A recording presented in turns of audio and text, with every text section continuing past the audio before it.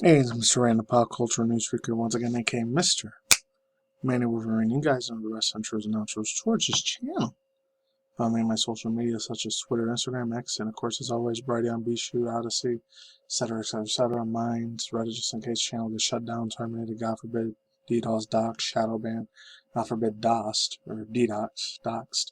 Just in case the channel gets shut down, terminated, or banned by the YouTube algorithm, Google system, or anything other system. Anyways, my friends, today, before to begin, just in case I don't do a video this Friday, this Saturday or Sunday, and I know it happened 2 days ago with this other fool right here, Mr. XQC himself, very ginormously, absolutely cataclysmically, not even overrated, but like a very, very super well-known dude, on freaking Twitch especially, let alone anywhere else besides Twitch, Kick, and YouTube.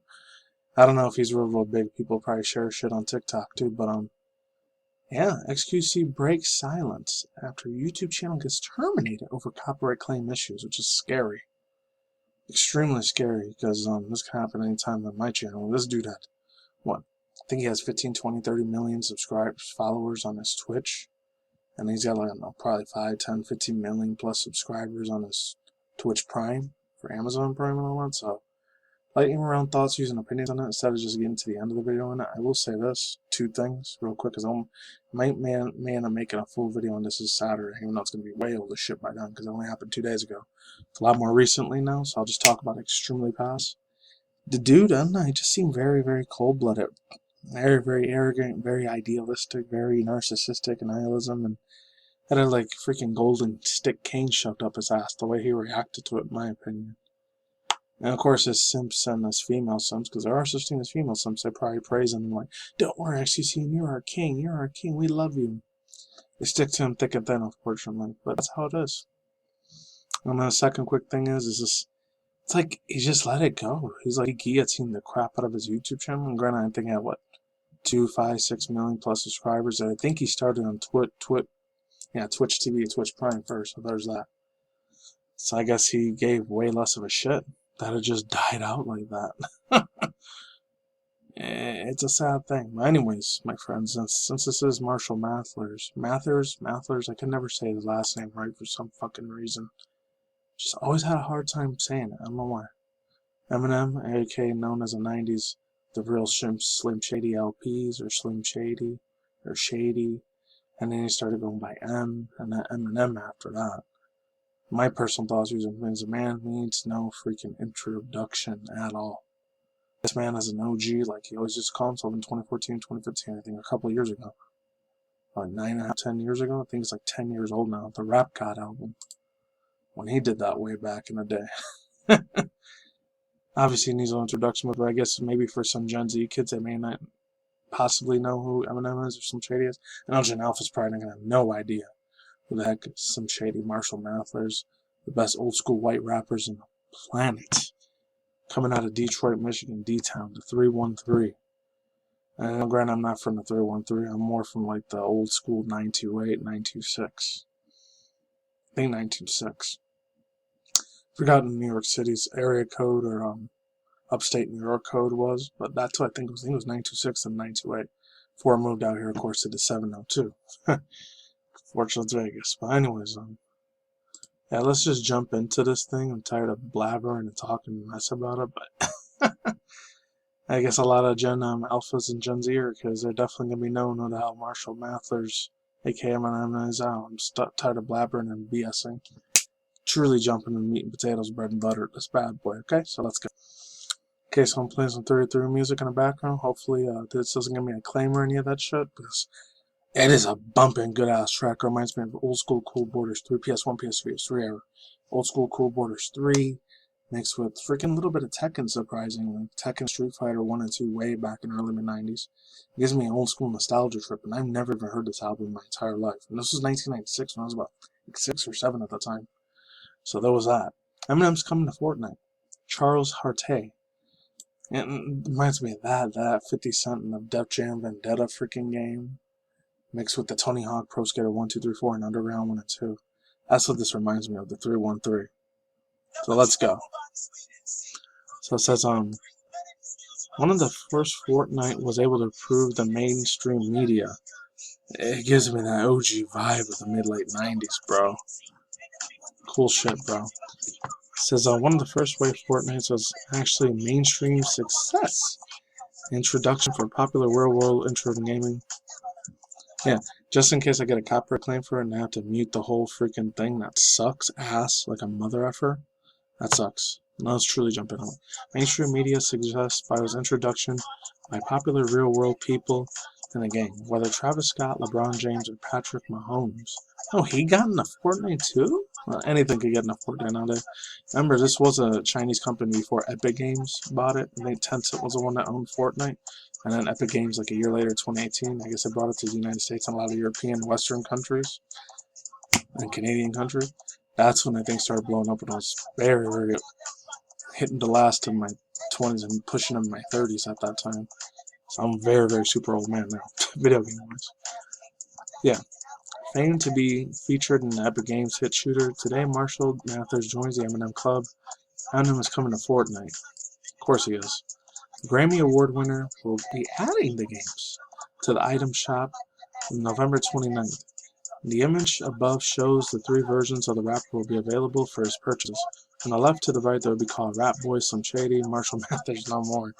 The release comes a few days ahead of Fortnite's Big Bang event, which is set to happen. Oh, okay, so next week. I know this Saturday or Sunday, 2 p.m. Eastern, EST time. So it'll be 11 or 10 o'clock for all my West Coasters out there.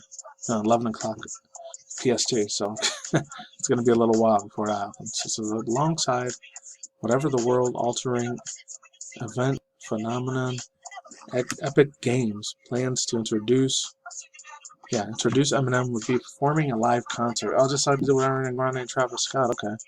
Before that, unfortunately, I'm not gonna lie. Super, super extra sad event happened like during the pandemic, scandemic when the world was shut down, and the whole Travis Scott like Astro World thing that happened over there in Texas. Rest in peace to all those 11 unfortunate kiddies that died, and college kids that died. So it says that also goes on to say, Eminem will be performing a live concert. Attendees will be receiving a big band's loading screen features at the head of this article. Fortnite has been in gaming news a lot recently, and thanks to the fans' rollout of Fortnite OG, a record-settling new season throws the players back into the time of the earliest maps. It also comes up to the first under fire in the first new rules, which skins are allowed in certain creator-made world. Yeah, okay. The responses to this conjure. Alright, it also goes on to say, also comes along to fight that worlds. Yeah. Skins are allowed to be certain colored in the worlds. You can see the responses in that controversy right here. Also goes on, one is dream about Fortnite collaborations. There was no comments. Yeah, thoughts, views, opinions, speculations. Like I said, the man needs no introduction for me, especially my generation, the millennials.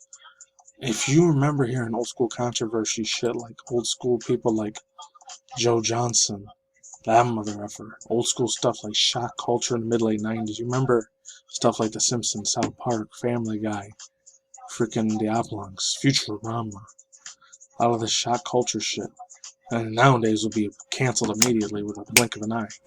Thanos snapped out of oblivion because it wasn't known. I came in a time with toilet humor and culture humor and all that shit that was real, real nasty, disgusting shit in the TV. We weren't allowed to have your kids allowed to watch that shit. It was a big mega no-no. And I used to love the shit out of watching stuff that was censorship, too hot for TV, too hot for this. I used to disobey the hell out of my fucking parents so much when I used to watch shit at midnight. I wasn't supposed to be watching from 12 to like 17, 18 years old.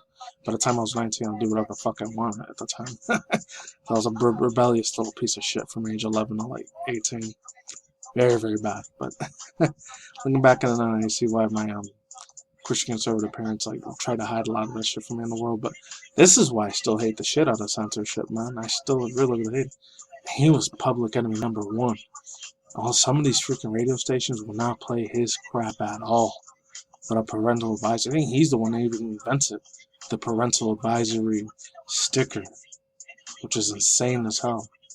And then later on, if it wasn't from them, 50 Cent and the other dudes, G-Unit, Lloyd Banks, and Young Buck would have never been freaking discovered. So, Marshall Mathers, man. I know, granted, later, I found out years later he did the selling of the, you know what, he sold his spirit to the NWO and then World Economic Forum, typical Freemason, Illuminati, all that crap, to gain power and money and fame and wealth and fortune and all that, which sucked. That shattered me badly when I was 21 years old when I first found that out, but I still like listening to his stuff, even though he's a 53, 54-year-old grown man now, but the dude, he was way ahead of his time. He was like sometimes 4chan, 8chan culture's levels of toxicity, or Reddit freaking fools and real nasty, real disgusting ass jokes. He would do it a lot in his album, especially his hardest, worst album, like not worst album, the worst track he did, which has the greatest track, is called Kimberly. The Kimberly one, aka Kim, dude. That was the most dangerous, bloody, violent, gory freaking thing he ever talked about. Even though he was a lyrical assassin, but bro, this man, he's forever immortalized, even more than he was before. And he already had immortality with Snoop Dogg, Dr. Dre, and the other dudes. Snoop Dogg, Dr. Dre, and Ice Cube. But now, he's got that now under his belt. He's a Fortnite freaking immortalized, forever immortalized in a video game. You know, it's a little bit of a looter-shooter game. It's still fun. I'm talking about something else real quick. That's all I gotta say for now. I'm done here for a minute. The stuff about Jimmy Fallon, though, it's bad. Let's go. Yeah, no, I was usually hear about always Jimmy Kimmel, Jimmy Fallon, Fallon Kimmel. I thought it was Jimmy Kimmel at first, but it was Jimmy Fallon that got in trouble for this now. That's really fucking bad. You know why? Because this dude was funny as heck. Sometimes he's kind of a clown. Sometimes he's a dumbass POS. And that's the reason why YouTube kind of is horse shitty the way it is. I'm then glad Conan O'Brien left, but everybody else is still there, which sucks. Because this is more for like boomer generation shit, but from what I heard, Jimmy Fallon got in shit ton of huge ass trouble with a lot of the LGBTQIA, mainly prefer, I think, the transgender side of the community. They roasted the shit out of Jimmy Fallon, calling Hunter Schafer Bud, which I found out last month. And no offense to anyone that's transgender that happens to run this channel, because I know this is a massively polarizing topic because it gets into politics quick. So yeah, some of the fans, popular trans actress. Yeah, popular trans actress are divided. Whether he meant any offense with this comment. This comes from Andrew Stillman from Out Magazine. I guess coming out of the closet. That's probably what that means. Not sexual innuendo, I guess, but not good either, in my opinion. You already know where I stand with this. You've been on my channel for a while. You know how I am when it comes to the people in LGBTQIA, non-binary, non-gender fluid. I see the Gen Z ones. They're way more cringier with that, in my personal opinion. Yeah, so this happened like 6 days ago, but I only heard about it yesterday. I forgot who I heard it from on Twitter or X. I forgot if it was from there, or Reddit, or freaking what else. Somebody on Twitch I heard this from, but I can't remember the dude's name. It was a guy talking about it. It might have been Mudaharsh, wondering gamers, I don't know. And this one got really roasted so effing bad, dude. Really effing bad. Yeah, in case people don't know, yeah, she's the one from the Hunger Games, Battle of Birds and Songbirds and Snakes. I literally thought that was a woman last month, and until I heard last month that was a transgender man. He used to be a guy. This person right here used to be a woman. Not the Asian Chino chick. I think she's 100% female. But dang, this one fooled the hell out of me. If any of you guys remember YouTuber Blair White, that chick fooled the hell out of me too, because I found out that was really a dude a long time ago, 2017, 2018, even though they started way back in 2012. So this one almost had me super fooled. This literally looks like an actual beautiful woman. That's really a dude. That blew the freaking lid on my mind, but I shouldn't be surprised more. Anyways, cutting this intro out short. Peace out, goodbye, simple side.